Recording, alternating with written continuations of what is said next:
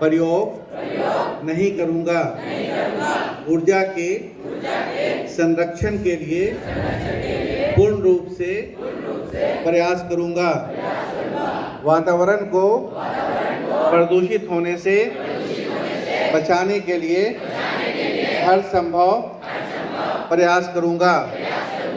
मैं वचन देता हूं कि किसी प्रकार से भी हमें वातावरण को बचाना और शुद्ध करना और उसके लिए जो भी प्रयास करना होगा, सारा प्रयास पूर्ण रूप से करूंगा।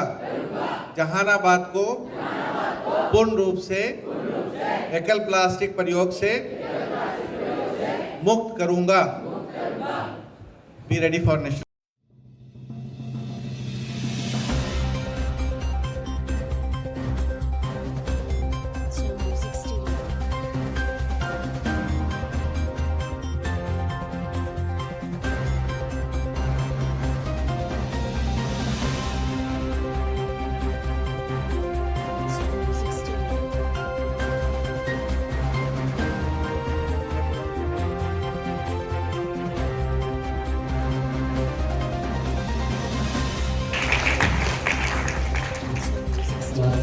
Chelsea, fourth, efficient energy production on climate change and conserving energy by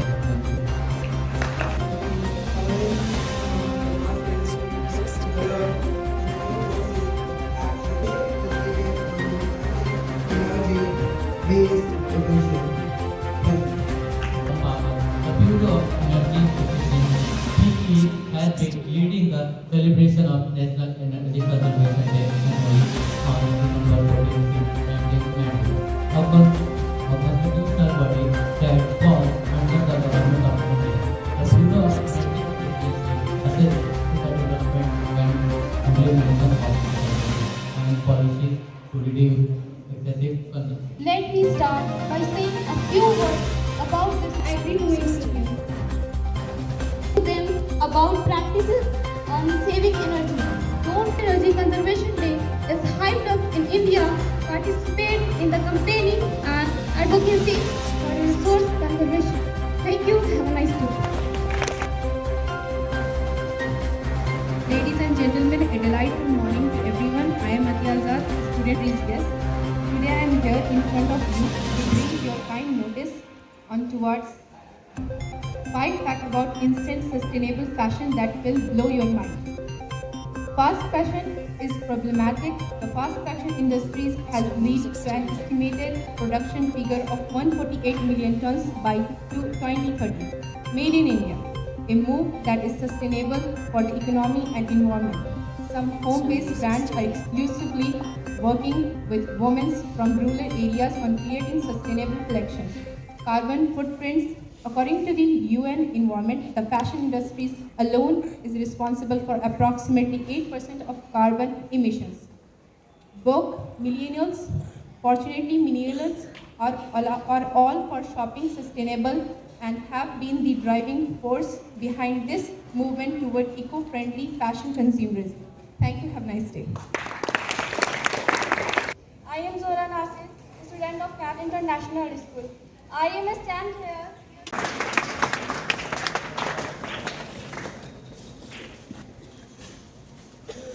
शुक्रिया सर।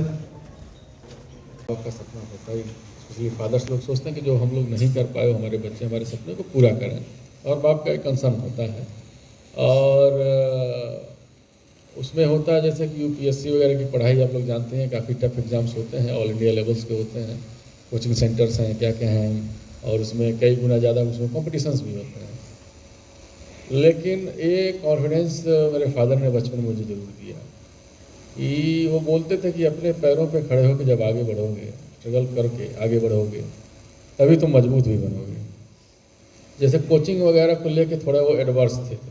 आजकल तो कोचिंग का चूँकि ज़माना है, बच्चे कोचिंग करते ही हैं, और कॉम्पिटिटिव एग्जाम के लिए तो कोचिंग में मान के ही चला जाता है कि कोचिंग करके ही कॉम्पिटिटिव एग्जाम निकालेंगे। लेकिन उन्होंने मेरे अंदर ये भावना थी कि कोचिंग करके जो लड़का जाता है और जो लड़का खुद से आगे बढ़ता है उनमें अंतर होता है। कोचिंग करने वालों को तो एक वैसाखी की ज़रूरत है, लेकिन तुम अगर अपनी मर्जी से आगे बढ़ते हो, पढ़ाई लिखाई करते हो, तो तुम्हारी अपनी स्ट्रेंथ है। तो ये बात मेरे दिमाग में हमेशा वो बैठा है। मुझे ये रिसोर्सेज नहीं मिले या मैंने कभी कोचिंग किया भी नहीं किसी भी चीज़ के लिए, यूपीएससी के लिए भी मैंने कोचिंग नहीं किया। ये अलग बात है कि मैं फिजिक्स का स्टूडेंट रहा हूँ, एमएससी मैंने फिजिक्स से किया है जवाहरलाल नेहरू विश्वविद्यालय से। उसके बाद मैंने एमए भी किया वहाँ से, इंटरनेशनल रिलेशंस पॉलिटिकल साइंस में। और कभी भी कोचिंग की आवश्यकता मुझे फील नहीं हुई, क्योंकि मेरे अंदर ये कॉन्फिडेंस था कि मैं इस चीज़ को कर सकता हूँ। और देखिए, एडवर्सिटी जितनी ज़्यादा हो, यानी चैलेंजेस जितने ज़्यादा हों लाइफ में, उतनी ही ज़्यादा आपकी हिम्मत दुगनी होनी चाहिए।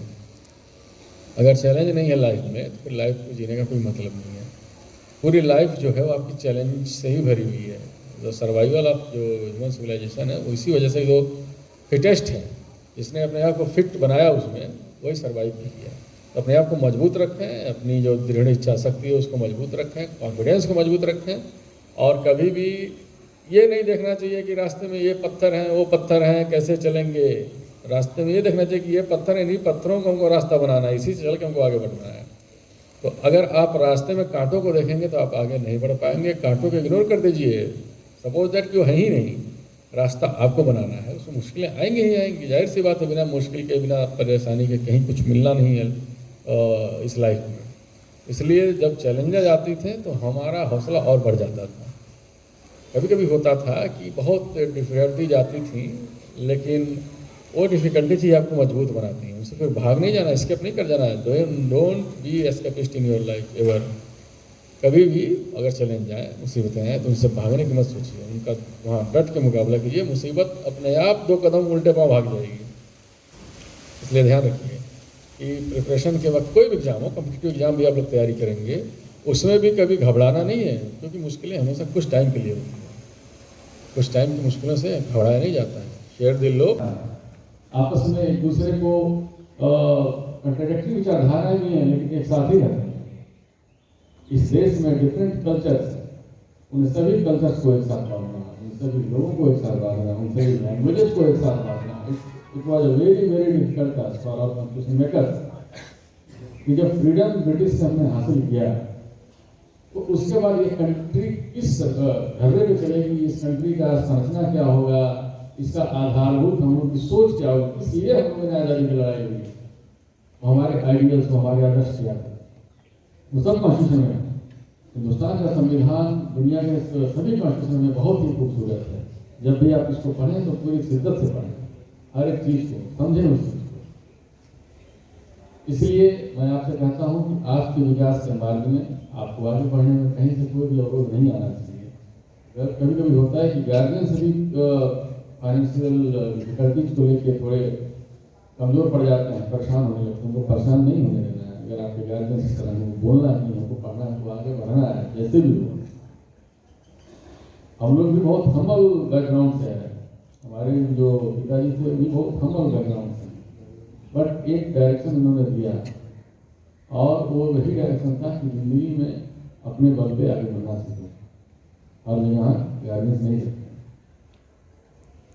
तो जब हाई स्कूल के बाद से मैं घर से निकला, उसके बाद से मैं घर से बाहर ही, लेकिन ज़िंदगी का हर मुकाबला, ज़िंदगी की हर परेशानी को अकेले आपको उसको हिम्मत होनी चाहिए सफ़र करने की, उसको झेलने की, और उसमें फिर ट्रियम्फ होकर बाहर निकलने की। आप लोग कभी किस चीज़ को ना देखें कि नहीं मम्मी पापा ने ऐसा नहीं किया है, नहीं किया। आपको उनकी हेल्प करनी है, आपको आगे बढ़ना है। आप लोग ऐसे ऐसे लोगों का एग्जाम्पल पढ़ते होंगे जो बहुत गरीब बच्चे थे, इनके पास जो स्ट्रीट लैब के नीचे बैठ के पढ़ाई, जो नदियों को पार करके पढ़े। आप लोग बहुत अपनी हिस्ट्री में ऐसे पढ़ते होंगे, टेक्स्ट में ऐसी कहानियाँ पढ़ते होंगे, सोचते होंगे। अभी भी हमारे करंट वर्ल्ड में ऐसे वर्ल्ड लीडर्स हैं जो इस तरीके से बहुत ही हम्बल बैकग्राउंड से ऊपर हैं, हमारे देश में स्ट्रगल करते। तो उस चीज़ से कभी नहीं घबराना है। स्काउट्स जो है, गाइड्स हैं, ये जो मुख्य उद्देश्य था इनको बनाने का वही था। ये जो स्वावलंबी होने की भावना है, ये जो आत्मविश्वास, आत्मसम्मान की खुद की नज़रों में भावना है। आदमी को कभी अपनी निगाह में हमेशा ऊंचा रखना है अपने आप को। आपको देख के दूसरे बोले कि नहीं ठीक है, हमको ऐसे ही बनना है। आपको देख के 10 लोग सुधर जाए, अगर लोग गलत रास्ते पे जाएंगे। आपको सोसाइटी को, समाज को ऐसा बनना है। बी रिबेलियस, आपको क्वेश्चन करने वाला होना चाहिए। क्वेश्चन करना चाहिए, पेरेंट्स से क्वेश्चन कीजिए, टीचर से क्वेश्चन कीजिए, सोसाइटी में क्वेश्चन कीजिए। अगर ऐसा है तो क्यों है? क्वेश्चन करने से ही फिर आपका इंटेलेक्चुअलिज्म, आपका जो बौद्धिक विकास वो होगा। Evolution of your human beings है जस्ट इसी वजह से, बिकॉज जो ह्यूमंस थे उन्होंने अपने माइंड को यूज करना शुरू किया। Cultivation of mind should be the ultimate goal of the human experience. समझें, इसलिए मैं बार बार बोलता हूँ कि ये जो क्यूरियोसिटी है, चाइल्ड लाइक क्यूरियोसिटी है, हमेशा होनी चाहिए। काफ़ी सालों से इको क्लब बनाए, तो वो इको कंजर्वेशन क्या है, क्यों है, क्यों जरूरी है, क्यों अचानक से क्लाइमेट चेंज की बात होने लगी, ऐसा क्यों हुआ कि इतने वो वर्ल्ड हिस्ट्री के इतिहास में पहली बार हम लोग ह्यूमन सिविलाइजेशन किस कगार पे आ गए कि हमको एनवायरमेंट की इतना ज़्यादा कंसर्न होना पड़ा। Ozone layer, what is that ozone layer, इसके बारे में जानकारी लेनी चाहिए। व्हाट इज सोलर सिस्टम, कैसे वो काम करता है। अगर सीजनल चेंजेज हो रहे हैं, समर से विंटर आ रहा है, मानसून से आ रहा है, तो फिर आप लोगों को उसको क्वेश्चन करना है कि ऐसा क्यों हो रहा है। डे नाइट हो रहा है, विंटर में जो है दिन छोटे क्यों हो रहे हैं, रातें बड़ी क्यों हो रहा है। All this curiosity, child like curiosity, that is this is the time, this is your age, जो आपकी पूरी पर्सनैलिटी हो रहा है, आपके पूरे जीवन के पूरा जो फाउंडेशन है उसको रखेगा। नेवर मीन्स फिक्र करते हैं भीड़ का हिस्सा। जो लोग दूसरों की फिक्र नहीं करते हैं वो भीड़ को लीड करते हैं। You have to become leader. इसलिए आप लोग लीड को ना करें, आप लोग अपना रास्ता, हमारे फॉर्मर प्रेसिडेंट का नाम सुना, उनको पीपल्स प्रेसिडेंट भी कहा जाता है, एपीजे अब्दुल कलाम। उनका पूरा हिस्ट्री पढ़िएगा, करनी पड़ेगा, पता चलेगा कि इस एडवर्स सर्कमस्टेंसेस में वो एक बच्चा रामेश्वरम का वो आगे बढ़ता है और इस देश के सर्वोच्च पद यानी वो क्यों मिसाइल मैन बोला जाता है, कंट्री को मजबूत करने में, काउंसिल ऑफ नेशंस में अग्रणी भूमिका निभाने, न्यूक्लियर पावर बनाने में कितनी बड़ी भूमिका है। इसलिए बोलते हैं कि एक आदमी ही हमेशा लीड करता है, भीड़ कभी नहीं लेती, भीड़ पीछे चलती है। आपको लीडर बनना है, लीडरशिप की क्वालिटी है, इसको अपने अंदर जनरेट करना है। तभी होगा जब आपके अंदर कॉन्फिडेंस आएगा, जब आपके अंदर वो फियरलेसनेस आएगी, वो निडरता आएगा। किसी भी चीज़ की सोसाइटी के नॉर्म्स हैं या फिर आपके जो मॉडर्न डेज हैं, चैलेंजेस हैं, उन सभी को देखते हैं। सूरज की किरण नाज करे मेरी रफ्तार पे, सूरज की किरण नाज करे, ऐसी परवाज दे मालिक के गगन नाज करे। मेरी रफ्तार पे सूरज की किरण नाज करे, ऐसी परवाज दे मालिक के गगन नाज करे। वो नजर दे के करूं खत हर एक मजहब की, वो नजर दे के करूं खत हर एक मजहब, वो पत दे मुझे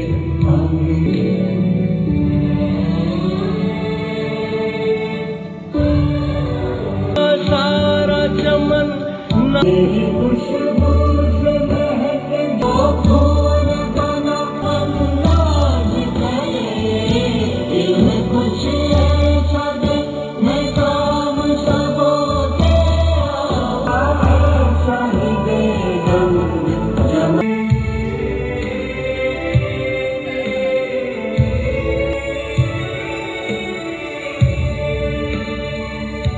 आधे रस्ते पे न रुक जाए मुसाफिर के कदम, शौक मंजिल का हो इतना कि थकन नाज करे। आधे रस्ते पे न रुक जाए मुसाफिर के कदम, शौक मंजिल का हो इतना कि थकन नाज करे। मुझे गीत जलाए चमक उठे बिहार, ऐसी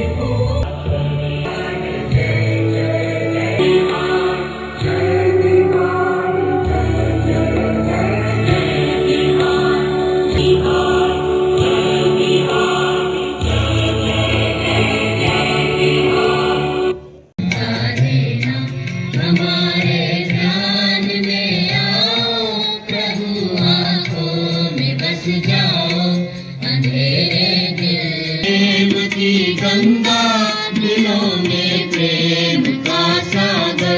हमें आपस में मिलजुल कर प्रभु रहना सिखा देना। हमारा कर्म हो सेवा, हमारा धर्म हो सेवा, सदा ईमान हो सेवा, वो सेवक चरण बना देना। वतन के वास्ते जीना, वतन के वास्ते मरना, वतन पर जान फिदा करना, प्रभु हमको सिखा देना। दया करना देना, दया करना, हमारे आत्मा में सुखा देना।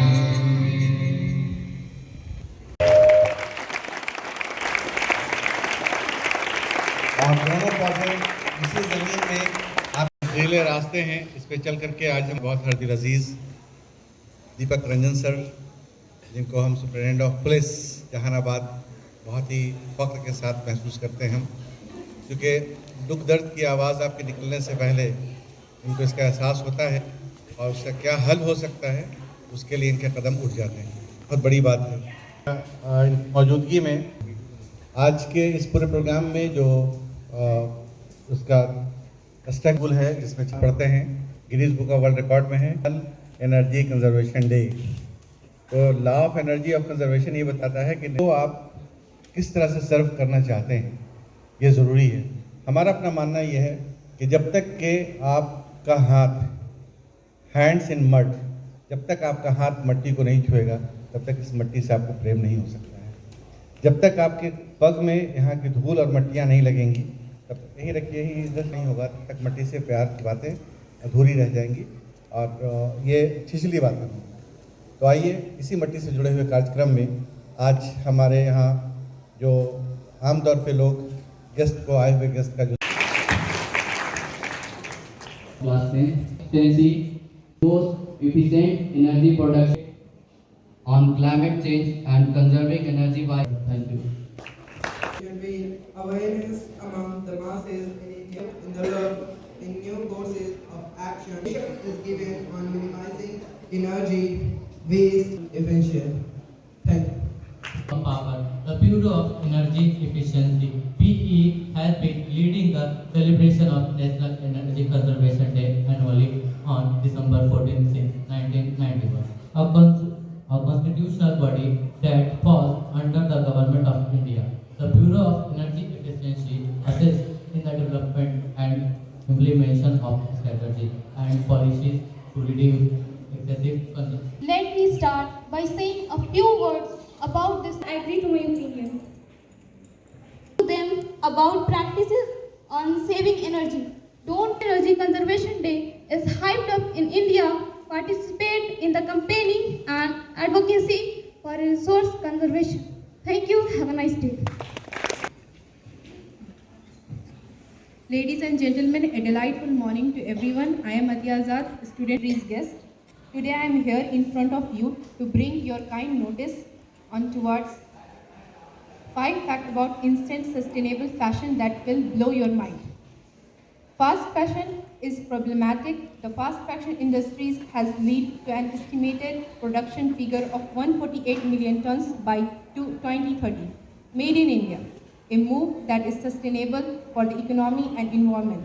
Some home-based brands are exclusively working with women from rural areas on creating sustainable collections. Carbon footprints. According to the UN Environment, the fashion industry alone is responsible for approximately 8% of carbon emissions. Woke millennials, fortunately millennials are all for shopping sustainable and have been the driving force behind this movement toward eco-friendly fashion consumerism. Thank you. Have a nice day. I am Zora Nasir, student of Cat International School. I am a stand here.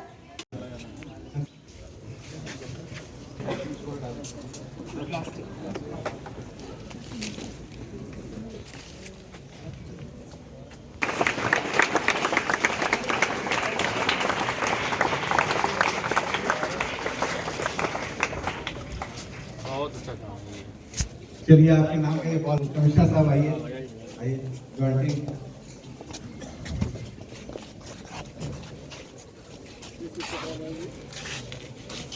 हौसले बुलंद है तो राही मंजिल तक पहुंच जाते हैं। और आज के मुख्य अतिथि आदरणीय एसपी साहब का अगर आशीर्वाद रहा तो ज़रूर हम लोग इनके पद पर आगे भविष्य में बनेंगे। आज के इस गरिमामयी कार्यक्रम में गरिमामयी उपस्थिति इसका तीसरा नियम है विद्यार्थीगण ज़्यादा कुछ नहीं बोलेंगे। मूवमेंट क्या होता है सभा भवन में, तो अगर कुछ अनुभव आपका है विद्यार्थी। जय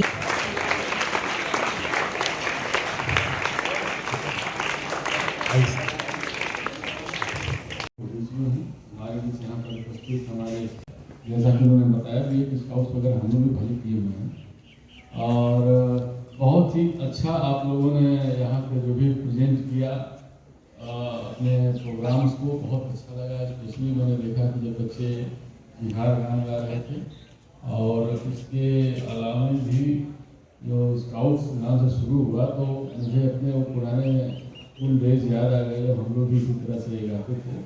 और क्योंकि मैं अभी जब हाँ तो ये बहुत ही अच्छी बात है। बिहार गान तो बहुत ही अच्छा आप लोगों ने गाया और आप लोग जानते हैं कि ये बिहार गान जिसकी आवाज़ थी जिसने गर्व से उसको गाना चाहिए। इस मिट्टी में हम पैदा हुए जहाँ का ये हम लोगों का फसल है श्री नागरिक की वजह से याद रखना चाहिए कि हमको कभी ये नहीं सोचना है कि देश से हमको क्या मिला, देश ने हमको क्या दिया। हमारे टीचर्स ने भी हमको यही बताया। हमें हमेशा ये सोचना होता है कि हमने कंट्री को देश को क्या किया। और क्योंकि हम लोग तो जो भी हैं रहें ना रहें लेकिन देश हमेशा रहता है और इसीलिए हम लोग इस चीज़ का ध्यान दें कि जो कहा जा रहा हो आपके फ्यूचर के लिए ही है। आप लोग अपनी ये जो मासूमियत है, इनोसेंस है, इसको हमेशा मेंटेन रखें। कहीं भी किसी भी एज में वो अलग चीज़ होती है। इनोसेंस का मतलब है प्योरनेस। शबनम की वो होती है इतनी प्योर होती है, वही इनोसेंस है। इनोसेंस का मतलब है आप जो वर्ल्डली डिजायर्स हैं, जो सभी चीज़ें आपके ऊपर कहीं भी अफेक्ट नहीं कर पाती हैं आपके अंतर मन को, आपके रिजॉल्व को, आपके संकल्प को। और हमारा उत्तरदायित्व जो है एक बेटर सोसाइटी बनाना, एक अच्छा समाज, एक अच्छा प्रदेश, एक अच्छा देश, क्योंकि इसके बाद क्लियर रह जाते हैं। और बच्चों से ही हमेशा कल को एक गांधी पैदा होता है, एक बोस पैदा होता है, नेहरू पैदा होता है और बच्चों के अंदर ये कलाम पैदा होता है। तो आप लोग अपने कुछ जीनियस को, स्कॉलरशिप को, ब्रिलियंस को मेंटेन रखें। ये स्कूल का जो टाइम है, ये टाइम हमेशा अपने पर्सनैलिटी को ग्रो करने का होता है। उसको पकड़ के लेके नहीं जाएगा एक बड़ा आदमी बनने के लिए, एक महान आदमी बनने के लिए। आपको उस टाइम उस रास्ते पे चलना होता है। उस रास्ते में कल बहुत सी मुश्किलें आती हैं, लेकिन उन सभी मुश्किलों से घबराना नहीं होता है, उन पर कॉन्फिडेंस रखिए। और जो भी हमारे बच्चे हैं, मैं जरूर ये कहूँगा कि कभी भी इस पर मत जाइए मार्क्स वगैरह पे। आमतौर पर बच्चे मार्क्स वगैरह को लेकर बहुत ज़्यादा आजकल कॉम्पिटिटिव एरा है तो उसको लेकर बहुत टेंस रहता है। नहीं हमको 100% चाहिए। गार्जियंस हमारे बच्चे आने वाले हैं तो अवश्य सुनें किसी बिजनेस का, वहाँ आप लोगों से ही होता है। आपके अंदर वो कॉन्फिडेंस होना चाहिए। आपस में एक दूसरे को कंट्राडिक्टरी विचारधाराएं भी हैं लेकिन एक साथ ही रहते हैं। इस देश में डिफरेंट कल्चर्स हैं, उन सभी कल्चर्स को एक साथ बांधना, उन सभी लोगों को एक साथ बांधना, उन सभी लैंग्वेजेस को एक साथ बांधना। It was a very very difficult task for our constitution makers कि जब फ्रीडम ब्रिटिश से हमने हासिल किया तो उसके बाद ये कंट्री किस ढर्रे पे चलेगी, इस कंट्री का संरचना क्या होगा, इसका आधारभूत हम लोग की सोच क्या होगी, इसलिए हम लोगों ने आज़ादी की लड़ाई हुई। हमारे आइडियल्स को, हमारे आदर्श क्या थे, वो सब कॉन्स्टिट्यूशन में। हिंदुस्तान का संविधान दुनिया के सभी कॉन्स्टिट्यूशन में बहुत ही खूबसूरत है। जब भी आप इसको पढ़ें तो पूरी शिद्दत से पढ़ें, हर एक चीज़ को समझें उस चीज़ को। इसलिए मैं आपसे कहता हूँ कि आज के विकास के मार्ग में आपको आगे बढ़ने में कहीं से कोई भी अवरोध नहीं आना चाहिए। कभी कभी होता है कि गार्जियन से भी फाइनेंशियल डिफिकल्टीज को लेकर थोड़े कमज़ोर पड़ जाते हैं, परेशान होने लगते हैं। उनको परेशान नहीं होने देना है। अगर आपके गार्जियन इस तरह को बोलना है कि हमको पढ़ना है, तो आगे बढ़ना है, जैसे भी हो। हम लोग भी बहुत हम्बल बैकग्राउंड से हैं। हमारे जो पिताजी थे भी बहुत हम्बल बैकग्राउंड से, बट एक डायरेक्शन उन्होंने दिया और वो वही डायरेक्शन था कि जिंदगी में अपने बल पे आगे बढ़ना सीखें और यहाँ गार्जियंस नहीं सकते। तो जब हाई स्कूल के बाद से मैं घर से निकला, उसके बाद से मैं घर से बाहर ही हूँ। लेकिन ज़िंदगी का हर मुकाबला, ज़िंदगी की हर परेशानी को अकेले आपको उसको हिम्मत होनी चाहिए सफ़र करने की, उसको झेलने की और उसमें फिर ट्रियम्फ होकर बाहर निकलने की। आप लोग कभी किस चीज़ को ना देखें कि नहीं मम्मी पापा ने ऐसा नहीं किया है, नहीं किया, नहीं किया। आपको उनकी हेल्प करनी है, आपको आगे बढ़ना है। आप लोग ऐसे ऐसे लोगों का एग्जाम्पल पढ़ते होंगे जो बहुत गरीब बच्चे थे, इनके पास जो स्ट्रीट लाइट के नीचे बैठ के पढ़ाई थी, जो नदियों को पार करके पढ़ाई। आप लोग बहुत अपनी हिस्ट्री में ऐसे पढ़ते होंगे, टेक्स्ट में ऐसी कहानियाँ पढ़ते होंगे, सोचते होंगे। अभी भी हमारे करेंट वर्ल्ड में ऐसे वर्ल्ड लीडर्स हैं जो इस तरीके से बहुत ही हम्बल बैकग्राउंड से ऊपर हैं, हमारे विदेश में स्ट्रगल करते हैं। तो उस चीज़ से कभी नहीं घबराना है। स्काउट्स जो है, गाइड्स हैं, ये जो मुख्य उद्देश्य था इनको बनाने का वही था। ये जो स्वावलंबी होने की भावना है, ये जो आत्मविश्वास, आत्मसम्मान की खुद की नज़रों में भावना है। आदमी को कभी अपनी निगाह में हमेशा ऊंचा रखना है अपने आप को। आपको देख के दूसरे बोले कि नहीं ठीक है हमको ऐसे ही बनना है, आपको देख के 10 लोग सुधर जाए अगर दो गलत रास्ते पे जाएंगे। आपको सोसाइटी को, समाज को ऐसा बनना है। बी रिबेलियस, आपको क्वेश्चन करने वाला होना चाहिए, क्वेश्चन करना चाहिए। ऐसे से क्वेश्चन कीजिए, टीचर से क्वेश्चन कीजिए, सोसाइटी में क्वेश्चन कीजिए। अगर ऐसा है तो क्यों है? क्वेश्चन करने से ही फिर आपका इंटेलेक्चुअलिज्म, आपका जो बौद्धिक विकास वो होगा। Evolution of your human beings है जस्ट इसी वजह से, बिकॉज जो ह्यूमंस तो उन्होंने अपने माइंड को यूज करना शुरू किया। Cultivation of mind should be the ultimate goal of the human existence. समझें, इसमें मैं बार बार बोलता हूँ कि ये जो क्यूरियसिटी है, चाइल्ड लाइक क्यूरियसिटी है, हमेशा होनी चाहिए। काफ़ी साल से इको क्लब बनाए, तो वो इको कंजर्वेशन क्या है, क्यों है, क्यों जरूरी, क्यों अचानक से क्लाइमेट चेंज की बात होने लगी, ऐसा क्यों हुआ कि इतने वो वर्ल्ड हिस्ट्री के इतिहास में पहली बार हम लोग ह्यूमन सिविलाइजेशन इस कगार पे आ गए कि हमको एनवायरमेंट की इतना ज़्यादा कंसर्न होना पड़ा। Ozone layer, what is that ozone layer, इसके बारे में जानकारी लेनी चाहिए। व्हाट इज सोलर सिस्टम, कैसे वो काम करता है। अगर सीजनल चेंजेज हो रहे हैं, समर से विंटर आ रहा है, मानसून से आ रहा है, तो फिर आप लोगों को उसको क्वेश्चन करना है कि ऐसा क्यों हो रहा है। डे नाइट हो रहा है, विंटर में जो है दिन छोटे क्यों हो रहे हैं, रातें बड़ी क्यों हो रहा है। All this curiosity, child like curiosity, that is this is the time, this is your age, जो आपकी पूरी पर्सनैलिटी को बनाए, आपके पूरे जीवन के पूरा जो फाउंडेशन है उसको रखेगा। नेवर मीन्स करते हैं भीड़ का हिस्सा। जो लोग दूसरों में फिक्र नहीं करते हैं वो भीड़ को लीड करते हैं। You have to become leader. इसलिए आप लोग लीड को ना करें, आप लोग अपना रास्ता। हमारे फॉरन प्रेसिडेंट का नाम सुना, उनको पीपल्स प्रेसिडेंट भी कहा जाता है, APJ अब्दुल कलाम। उनका पूरा हिस्ट्री पढ़िए, बायोग्राफी पढ़िए, पता चलेगा कि इस एडवर्स सर्कमस्टेंसेस में वो एक बच्चा रामेश्वरम का वो आगे बढ़ता है और इस देश के सर्वोच्च पद है। तो क्यों मिसाइल मैन बोला जाता है? कंट्री को मजबूत करने में, काउंसिल ऑफ नेशंस में अग्रणी भूमिका निभाने, न्यूक्लियर पावर बनाने में इतनी बड़ी भूमिका है। इसलिए बोलते हैं कि एक आदमी ही हमेशा लीड करता है, भीड़ कभी नहीं लेती, भीड़ पीछे चलती है। आपको लीडर बनना है, लीडरशिप की क्वालिटीज है, इसको अपने अंदर जनरेट करना है। तभी होगा जब आपके अंदर वो कॉन्फिडेंस आएगा, जब आपके अंदर वो फियरलेसनेस आएगी, वो निडरता आएगी। किसी भी चीज़ की सोसाइटी के नॉर्म्स हैं या फिर आपके जो मॉडर्न एज है, चैलेंजेस हैं, उन सभी को देखते हुए घर के पास होता, तू ना आता तेरी आवाज़ तो आती होता। ये जितना खूबसूरत अंदाज से बात कर रहे थे, आपके गले के जो स्वर हैं, या आपको हॉर्टिकल्चर, बागवानी, इसमें आपको शौक है, उसको करना है। अलग किस्म का रेदर देन मीन्स घर पड़े रहने के या फिर सिर्फ केवल मोबाइल देखने के, आजकल तो शौक है बच्चों को, या फिर TV देखने के। आपको इन सब चीज़ें, स्पोर्ट्स बहुत अच्छी एक्टिविटी है, उसको हमेशा ध्यान रखनी चाहिए। उसको एक नए हॉबी बस कल्टिवेट करनी चाहिए। वो हॉबी जो है स्पोर्ट्स हो सकती है, उसमें बच्चियाँ भी हैं, वो भी पार्टिसिपेट करें, आप सभी लोग पार्टिसिपेट करें। बर्ड वॉचिंग है, हॉर्टिकल्चर, बागवानी के बारे में बोला है, पेंटिंग्स है, म्यूजिक है, आपको एक ना एक उसमें जरूर आपको हॉबी करनी चाहिए। तो गुनगुनाने के मैटर में मैं एक पुराना मेरे ख्याल से काफ़ी साल से काफ़ी आप रहे होंगे, सुन रहे होंगे, गमों का दौर भी आए तो मुस्कुरा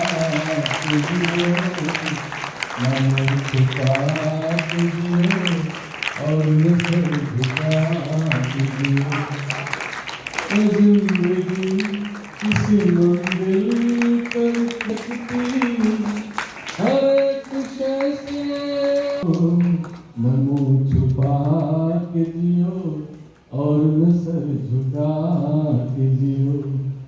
thank you so much. And my name is Amrit Raj Sinha. Islamabad, Afghanistan, Kabul, Kazakhstan, Dushanbe, Turkmenistan, Ashgabat, Kazakhstan, Dushanbe, Kazakhstan, Nur Sultan, Russia, Moscow, America, Washington DC, Brazil, Brasilia, Argentina, Buenos Aires, Peru, Lima, Chile, Santiago, बच्चे किसी Mauritania. उसको क्या बोलते हैं, उस तरह से लाते good white. हाँ ये बोले यूरोप को अभी इंग्लिश में चार सलाह है, पोर्टुगल और स्पेन, और जस्ट नेबरिंग कंट्री है मोरक्को के, हालांकि दो डिफरेंट एक कंटिनेंट। तो उसमें जो है मोरक्को इसलिए मुझे लगता है कि मोरक्को पहली अफ्रीकन कंट्री है इसने क्वालिफाई किया सेमीफाइनल। आज का मैच है, किसके साथ मैच है? फ्रांस। लड़के एकदम बिल्कुल फीफा देख अफ्रीकन कंट्री है, जब से फीफा वर्ल्ड कप शुरू आई थिंक 30 से शुरू हुआ था, 1930, correct me if I am wrong. तो तब से वो पहली अफ्रीकन कंट्री है जिसने सेमीफाइनल में भी प्रवेश किया है, मोरक्को में।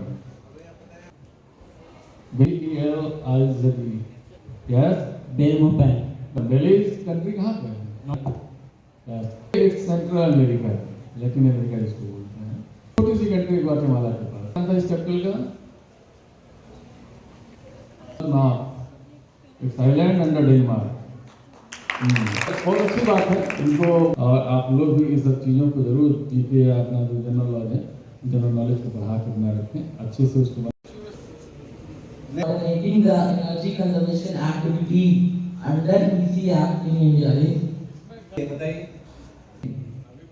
Next question is, which sector of society use the most energy? तो आप साइड बोलते हैं और वो यही माना जाता है। तो एक तरफ से आप सभी लोगों को शुभकामनाएं। यानी जो उसका ओरिजिनेशन है वो कहाँ पे है? बताइए। रशिया।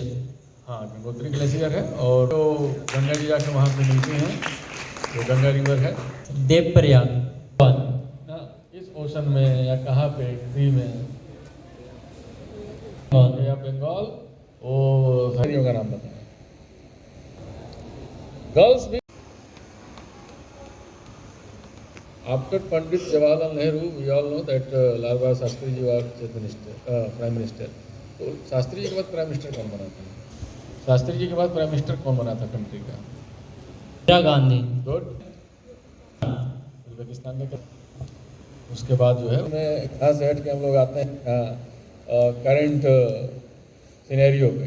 उसमें हम लोग जरूर क्वेश्चन एक रेज करेंगे, और वो क्वेश्चन ये है कि जो दलाई लामा है, जो कि बौद्ध गुरु माने जाते हैं, तो दलाई लामा इंडिया इन भारत कब आए थे, इन विच ईयर? और उसमें जो आए थे, अब एक और लास्ट हिस्ट्री से रिलेटेड वो है कि फ्रंटियर गांधी किसको बोलते हैं? हाँ, कुंज कश्यप ने अच्छा इसका सही जवाब दिया। खान अब्दुल गफ्फार खान को ही फ्रंटियर गांधी बोला जाता है, सीमांचल गांधी। या तो आगे जाके मैं टीचर बनूंगा, प्रोफेसर बनूंगा कहीं पे, क्योंकि ऑल टाइम आप स्टूडेंट रहते हैं और आप बुक्स के बीच में ही रहते हैं, पढ़ाई लिखाई करते रहते हैं, और उस कैरियर में स्टेगनेशन नहीं है कि कहीं भी जाके आपको, क्योंकि आप ज़िंदगी भर आप किताबों के साथ रहते हैं, पढ़ाई करते हैं, और वो फ्रेशनेस जो है वो हमेशा आपके साथ रहती है। तो एक तो वो जॉब मुझे काफ़ी अट्रैक्ट किया कि मुझे प्रोफेसर बनना चाहिए। सेकेंड वो था कि लॉयर, क्योंकि जो भी जॉब जो है वो स्कॉलरशिप की ही जॉब है। आपको लॉ का ज्ञान होना है, आपको आर्गूमेंट्स करने हैं, आपको उसमें जस्टिस दिलवाना है on the basis of your arguments and your scholarship. तो ये दो जॉब थी जो मुझे अट्रैक्ट करती थी, मतलब बचपन में, कि अगर बनना चाहिए तो यही सब जॉब्स में जाना चाहिए। लेकिन वो सर्कमस्टेंसेस ऐसा रहा कि सब कॉम्पिटिटिव एग्जाम्स में देता गया विद फ्लाइंग कलर्स, और उसके बाद यूपीएससी भी just like exam for me. तो एमएससी किया मैंने, मैं भी किया मैंने। आप लोगों ने जेएनयू का नाम सुना होगा, जवाहरलाल नेहरू यूनिवर्सिटी में दिल्ली में है, वहाँ से मैंने किया। इलाहाबाद से मैंने ग्रेजुएशन किया, और फिर मैं अपना यूपीएससी एग्ज़ाम दिया and I got selected in my first attempt. और मुझे IPS भी मिला। पहले मैं केरल में भी सर्व किया, 2 साल मैं वहाँ रहा, उसके बाद से मैं बिहार आया, आप लोगों के बीच में हूँ। लेकिन जो मोटिवेशन है वो हमेशा खुद का होना चाहिए। हमेशा आप अपने उसमें सुनिए अपने अंतर्मन की बात कि आपको किस फील्ड में जाना है। आपको मैं एक छोटा सा उसका एक एग्जांपल देता हूँ। आप लोगों ने थॉमस एल्वा एडिसन का नाम सुना है? किस लिए वो जाने जाते हैं एडिसन? हाँ, बल्ब और जितने भी ग्रामोफोन्स वगैरह उन्होंने इन्वेंट किए, और उनके नाम से सबसे ज़्यादा पेटेंट्स हैं थॉमस एल्वा एडिसन के। तो थॉमस एल्वा एडिसन को जब लेके उनकी माँ गई स्कूल में, वो बच्चे थे बिल्कुल, तो टीचर्स ने कहा कि ये बच्चा तो बहुत ही बेवकूफ़ है और ये बिल्कुल दिमाग इसका कमज़ोर है और इसको हम लोग अपने स्कूल में दाखिला नहीं देंगे। लेकिन मदर ने कहा उनके कि नहीं, मेरे बच्चे का सोचने का तरीका अलग है और वो बेवकूफ़ नहीं है। तो वो खुद ही उस मतलब उनकी माँ जो है होम ट्यूटर बनी एडिसन की। इतना शार्प माइंड, इतना ज़्यादा वो साइंटिफिक माइंड का निकला कि उसने एक से एक आविष्कार किए जिस वजह से आज हम लोग यहाँ पे सहूलियत की ज़िंदगी जीते हैं। चाहे वो आप बल्ब दीजिए इलेक्ट्रिसिटी का, या फिर जो है आप ये फ़ोन वगैरह ग्रामोफोन, या कई पेटेंट्स हैं उनके नाम से। पेटेंट्स आप समझते हैं, कोई भी नया आविष्कार होता है तो उसका जो अधिकार होता है उसको पेटेंट्स बोलते हैं। तो इस तरीके से कभी भी कॉन्फिडेंस नहीं कम अपना करना चाहिए किसी की बातों में आके।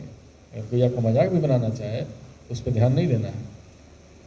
कभी भी अपने अंदर इस तरह की भावना है। आपका जो मेंटल पीस है कभी दूसरों की बातों से, समाज की बातों से वो कभी इन्फ्लुएंस नहीं होना चाहिए। अनइन्फ्लुएंस है वही ब्रिलियंट माइंड है, वही सब। इसलिए आप हमेशा जो है इस चीज़ को अपने इसलिए बराबर के उसको, और बाकी ऐसे कई कैप्स हैं उनको बनाया गया। और लास्ट सब सेगमेंट है का